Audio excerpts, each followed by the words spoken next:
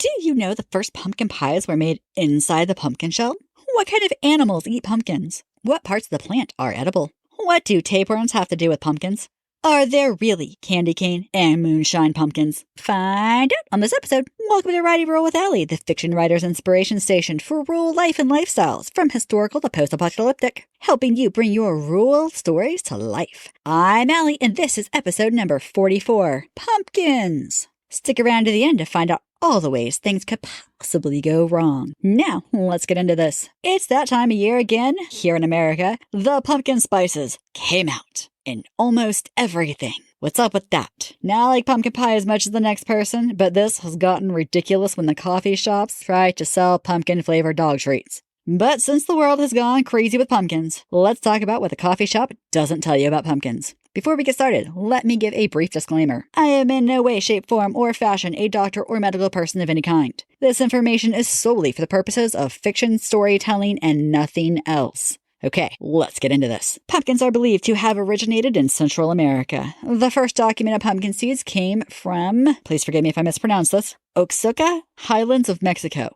This is from the pre-Columbian era. This type of pumpkin was small and had a bitter taste to it. The tribes originally grew them not for their seeds or innards, but for their outer shell, also known as the husk. The shell of the pumpkin is ideal for winter food storage and storage for times of low food or food scarcity. The pumpkin soon spread and is commonly known as part of the Three Sisters to Native Americans. Today, we have over 45 different varieties of pumpkin. They come in many colors: green, orange, yellow, red, and even white. Pumpkins are technically a fruit and 92% water. All parts of the pumpkin, from the roots to the stem to the leaves and the fruit, aka the pumpkin, are edible. According to the University of California, they are naturally low in energy density. Pumpkins are an excellent source of potassium, vitamin A, and beta-carotene, a powerful antioxidant that gives orange vegetables and fruits their color. There are also many pumpkins that have some weird, goofy names that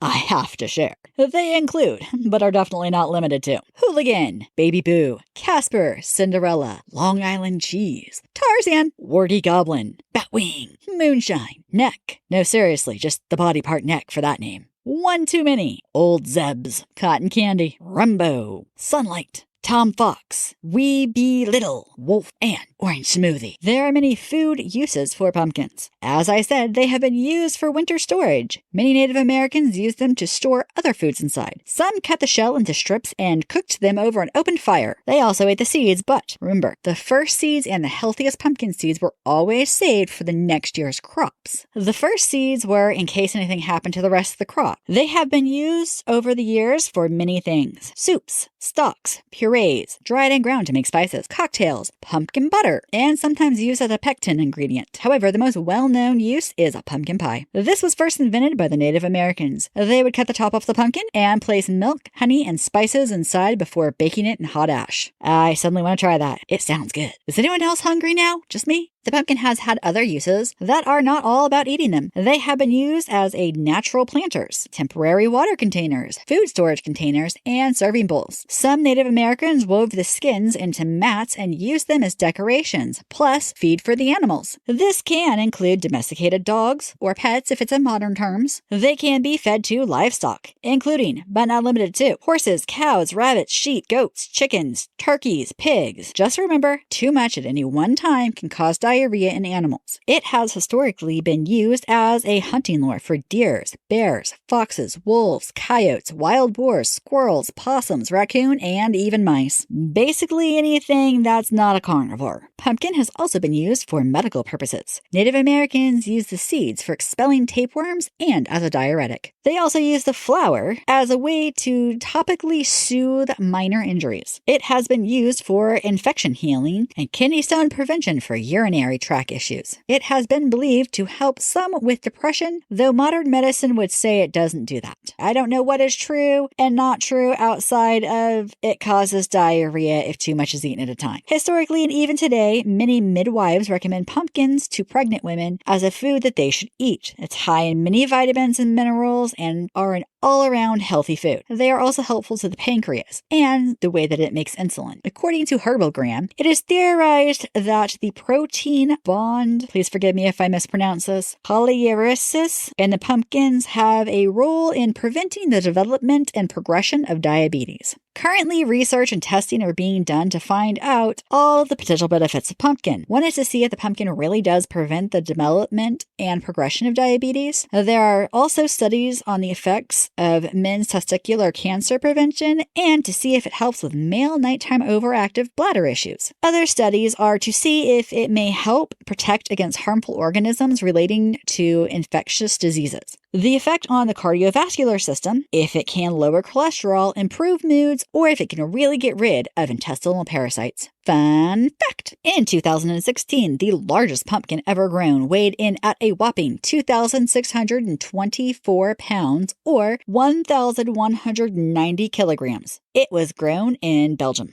Now for everyone's favorite part, what could possibly go wrong? Let me tell you, likely to go wrong, your character eats too much pumpkin in one sitting and gets diarrhea. This would be very embarrassing on a first date. Also likely to go wrong, your character is making a pumpkin pie for the first time and they burn it. Possible to go wrong, your character uses the pumpkin shell as food storage for the winter. And they did not properly prepare it, causing the pumpkin and everything in it to mold. Also possible to go wrong, your character feeds too much pumpkin to their dog and their dog gets diarrhea. If the dog is locked in the house alone when the owner is at the store or even at work, there could be poop everywhere when the owner returns. Unlikely to go wrong, your character becomes distracted while cooking the pumpkin, and it cooks so long it catches on fire. Also unlikely to go wrong, your character feeds a pumpkin to their livestock. The livestock could be so excited about the pumpkin that your character is trampled as the livestock try to get to the pumpkin before the other animals do.